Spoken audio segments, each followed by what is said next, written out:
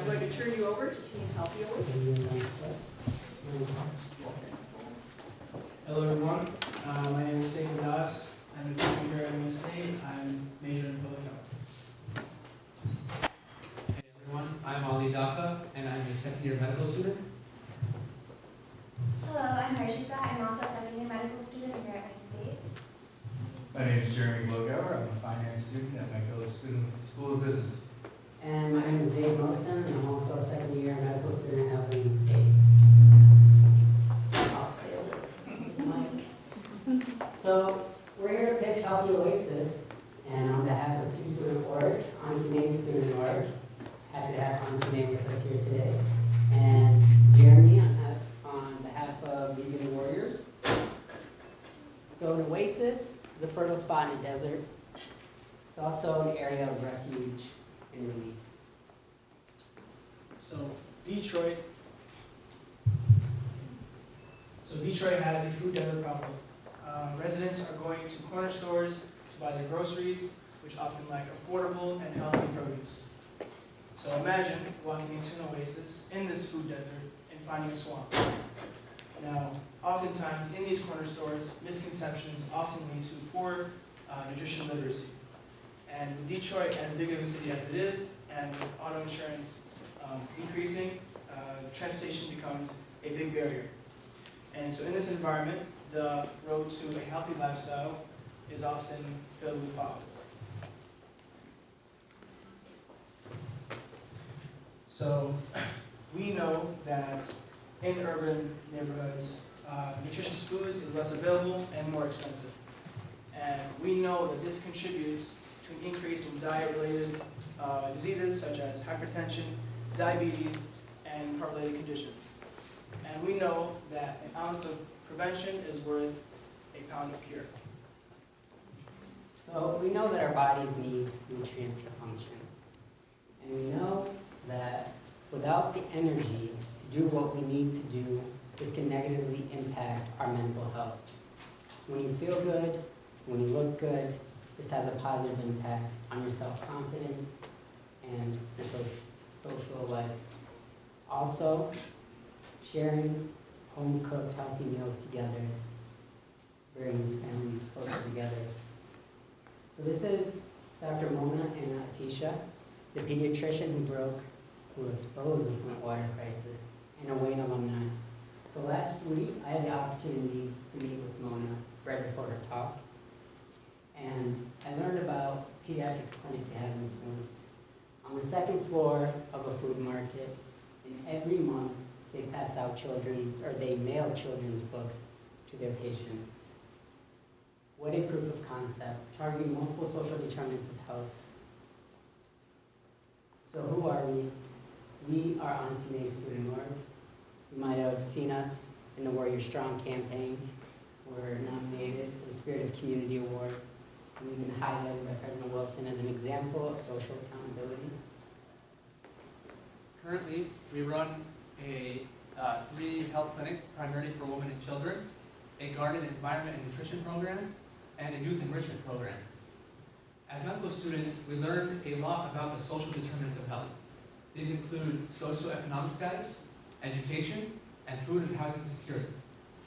It turns out that the key driver of health outcomes in the U.S. is associated with social determinants of health. Medical care alone is not as impactful. So at this stage as medical students, we can dedicate ourselves to addressing the social determinants of health, starting right here in Detroit.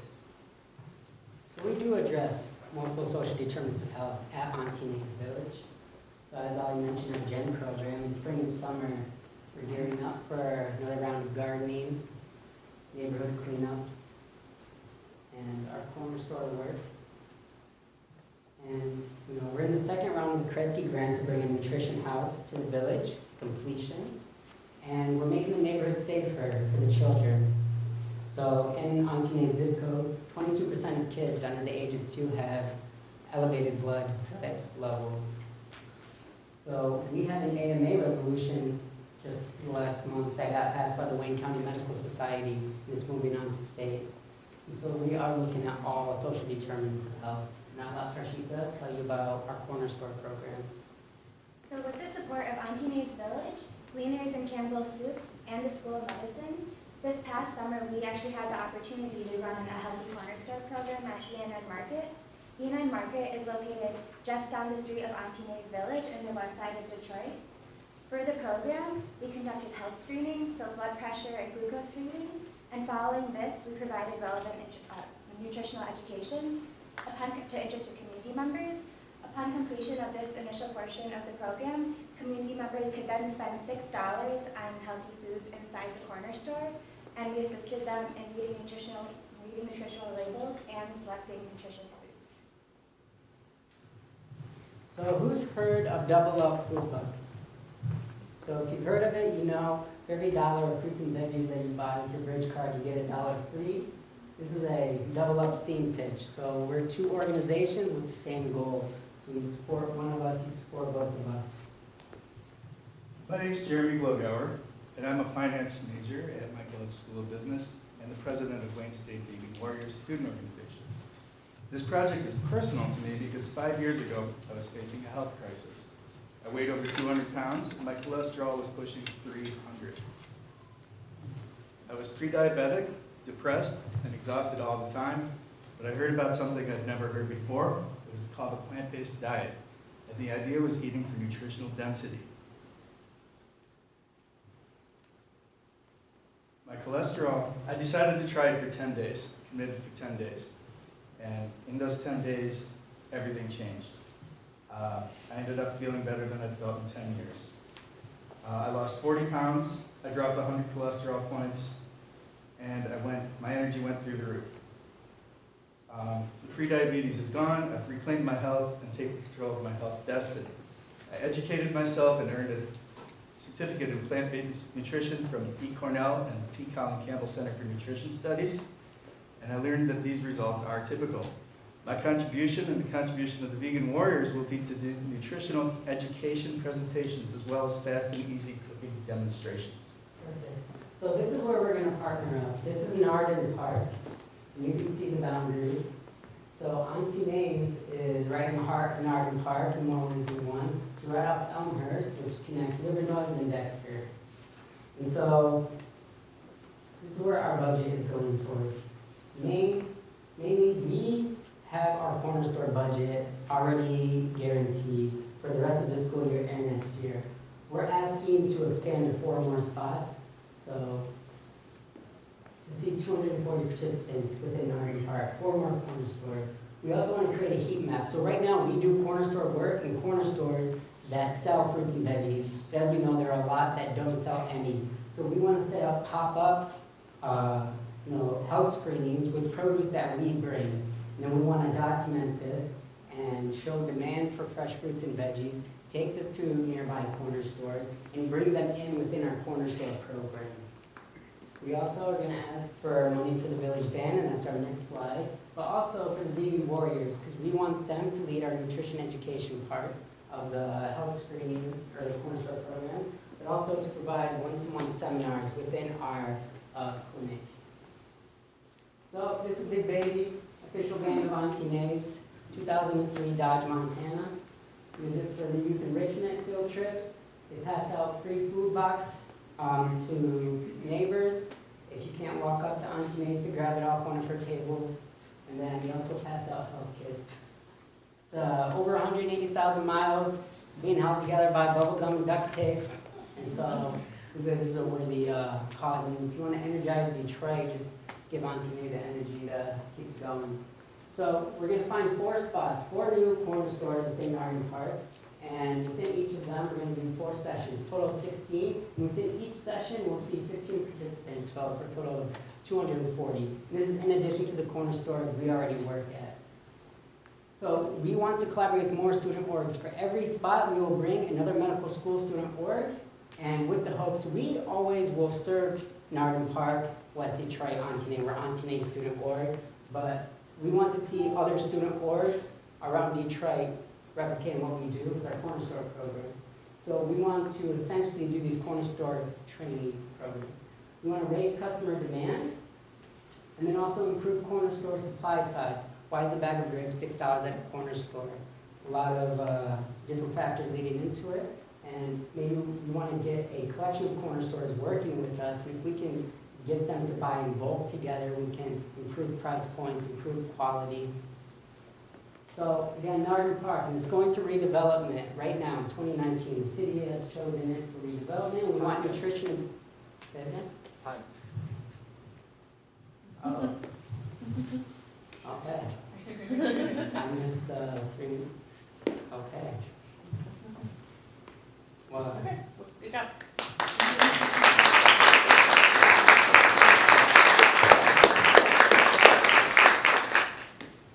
This is awesome.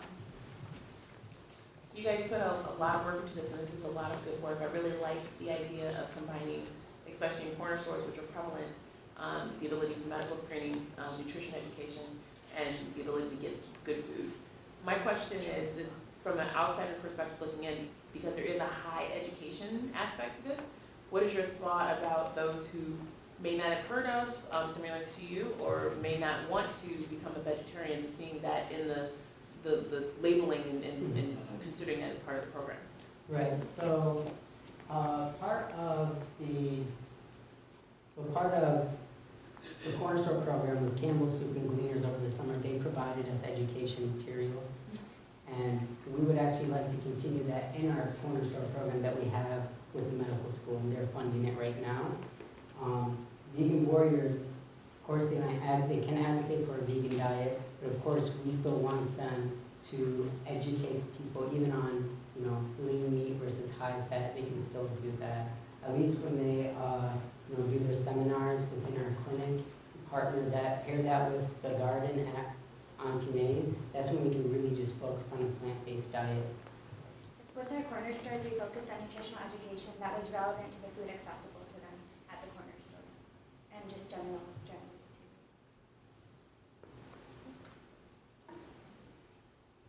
Alrighty, so one of the line items that you had on there was the van.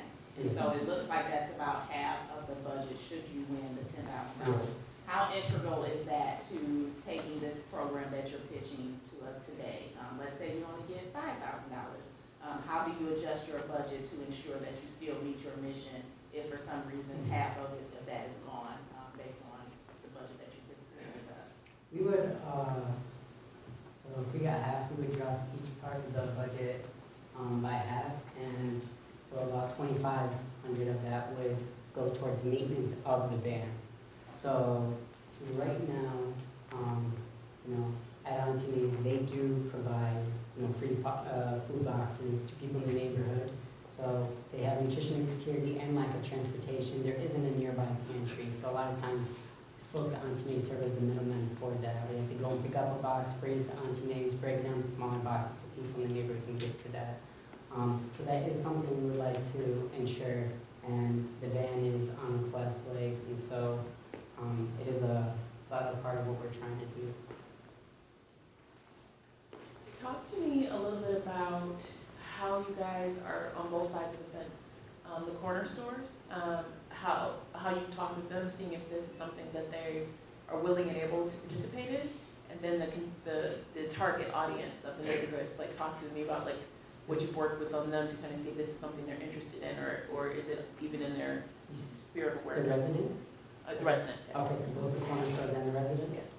So with the corner store, we first chose E&M Market, nearby to Auntie May's, and we have seen improvement in the quality and the quantity of food that they provide, the fresh produce, from last summer during the pilot program, and then this past fall, when we were just operating with the School of Medicine budget. So we've seen a transformation. We still want to see more, so we're still working with them on that, but they have been receptive.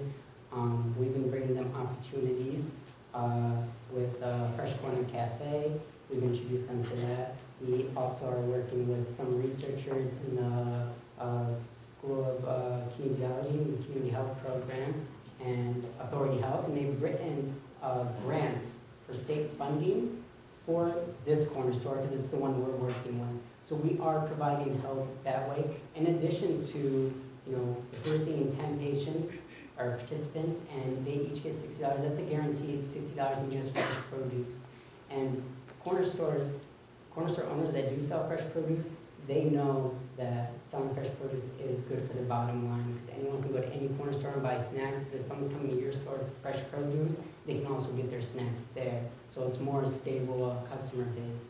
When it comes to residents, this is, unfortunately I wasn't able to get to this slide, this is why our competitive advantage is on Team A. So to be honest, when we would set up our, outside the corner store, and we had our school of medicine, like clinic sign right out there, people were walking by us.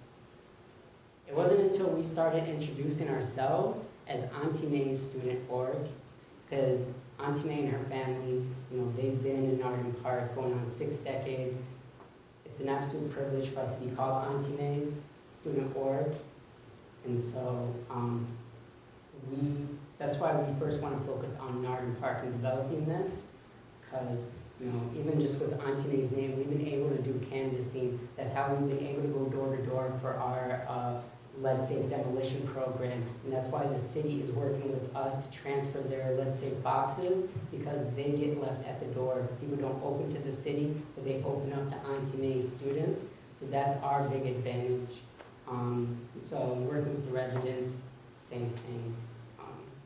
But again, that's exclusively in Arden Park, and we'd have to establish the corner store program, and it would have to stand on its own 2 feet for us to really expand to West Detroit, District 7, and other parts.